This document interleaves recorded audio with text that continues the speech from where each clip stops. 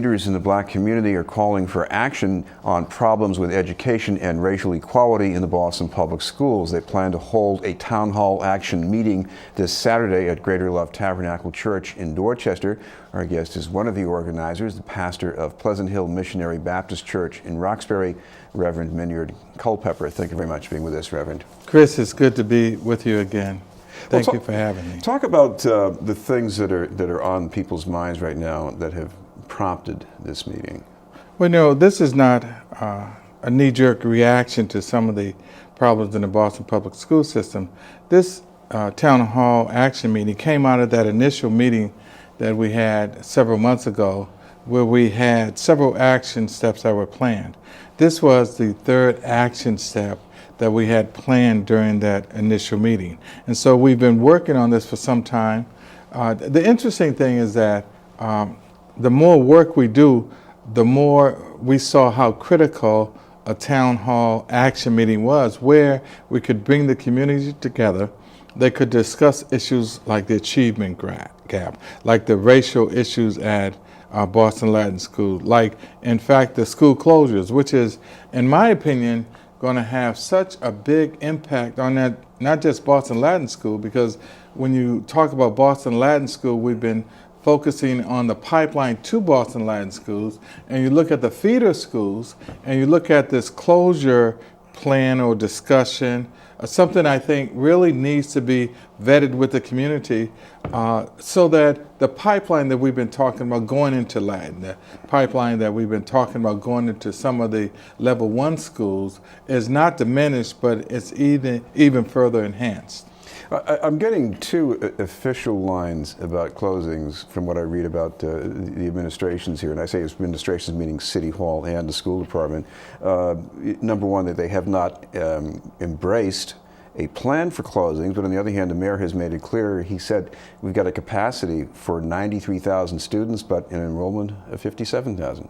If you remember when the school committee voted on that budget, one of the school committee members made it clear that they had to take up the issue of school closings this year. The issue becomes, with school closings, the chaos that it causes, the disruptions that it causes. You already have a system that's challenged to educate the young folks already. You already have a budget that they're trying to figure out what slice to go here and what slice to go there, or not to put the slice of the pie in at all. And so when you look at the situation where we're struggling right now to educate these children. You look at the number of level 4 schools, you look at the number of 3 schools that are underperforming. Underperforming schools, yes. And you look at the impact that that has on the community of color. You look at how the closures will have a further impact on the schools, on the community of color. And then you wonder, how do they really plan to do this? And so this Saturday, we're going to meet at Greater Love. Thank Reverend Dickerson for being so gracious to open his church to us. And we're going to bring in different experts. We're going to bring in Tulane Montgomery. In fact, one of the moderators is going to be Maggie Noel. She's one of the students at Black at BLS. That's right. Rasan Hall is going to be there from the ACLU, Nia Evans from the NAZP, Barbara Edwards from Beam, a longtime school official, Kyle Webster, another Black at BLS students, Johnny McGinnis from Beam. And so when you look at the lineup, we're really talking about coming out of that meeting with action steps and action plan of how we can impact the Boston Public Schools as it relates to children of color, students of color. And we're talking about Black in the Boston Public Schools with Reverend Miniard Culpepper.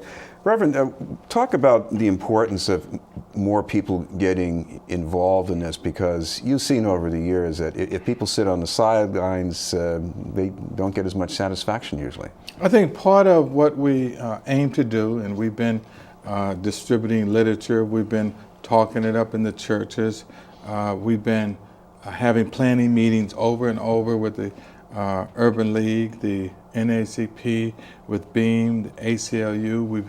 In fact, when you look at what we're trying to do, we're really trying to get folks excited about helping to make change in the Boston Public Schools. One of the things that we found is that when you have parents that are not as involved, Then you have children that are not as involved. And so one of the things that we hope to do is come up with some action steps, not only to help the Boston school system look at the budget, look at the curriculum, look at and if you look at the number of teachers and the diversity at the different schools, especially at BLS, because that was one of the issues. In fact, this meeting, this town hall meeting, really came out of the issue of the BLS, the black students at Boston Latin School. This is really something that came out of that meeting that we had with them when we met at the NACP. And so we really hope that we can have the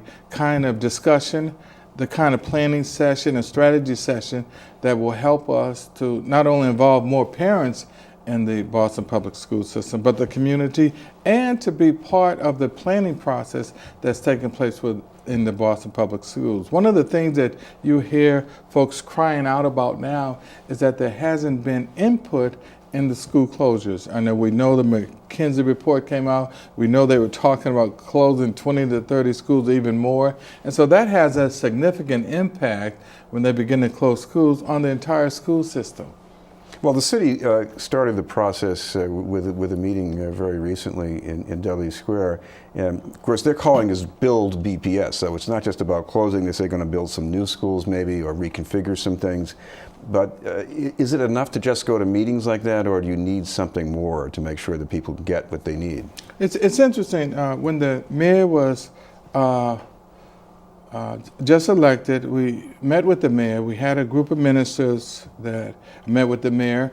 Then we had a group of activists that met with the mayor, and we discussed different issues, especially from an educational perspective. From there, we branched off. We developed another group, a small task force that met with the mayor. We gave the mayor recommendations. One of the bigger issues at that point was the school transportation, where they wanted to put the 7th and 8th graders on the school buses. And a group of us met with the mayor. Obviously, we opposed that. They went forward with it. On the MBTA instead on the of school MBTA buses. buses Right. instead of busing the school. The interesting thing about that is if you look at many of those school buses that those young folks were transferred from to the MBTA, many of those school buses are either half empty or empty. They don't have, because they never cut down the number of buses that were running, even though they transferred the kids and gave them MBTA cards. And so when you look at how this first unraveled, we looked at a partnership. The superintendent at the time, John McDonough, was meeting with us. He had several of his aides with him. We talked about continuing to work inclusively to develop issues that would help address some of the issues that we face in the Boston public school system today. I know at Latin School, I get reports on the one hand about things being done to address the problems with racial climate. I see some other indications that maybe these are not doing much, at least not so far. Do people have to make a decision about whether to push for something more in that? I think part of this town hall meeting will be to push for more than that. I think, it's really interesting. When you look at the headmaster who is there, still there, Headmaster Tedder, yes. And the 2-day suspension that they gave her for not responding fast enough or appropriate to some of the issues that the students were raising. And I think you almost have to laugh at that, because a 2-day suspension, no one knew that she was suspended at the time. No one even knew that she was being disciplined at the time. It was leaked. But you look at the school and you look at what hasn't happened. The students came back out. The students did more tweeting and the different social media outlets because things hadn't happened. And so I think this town hall meeting is a must, and hopefully we'll come out with some of the strategy steps, some plans, and some recommendations to the Boston public school system that the community is saying that this is what we want to see done. Another problem with the exam schools is the pipeline, and that means access to maybe some advanced work, some tutoring, and also, I guess, recruitment. There was the story the Globe had that recruitment of black students just went down. Big pipeline problem. And if you look at the numbers compared to 15 years ago, it's amazing, isn't it? how the numbers just dropped and dropped. And no one paid attention to it until these students started hashtagging.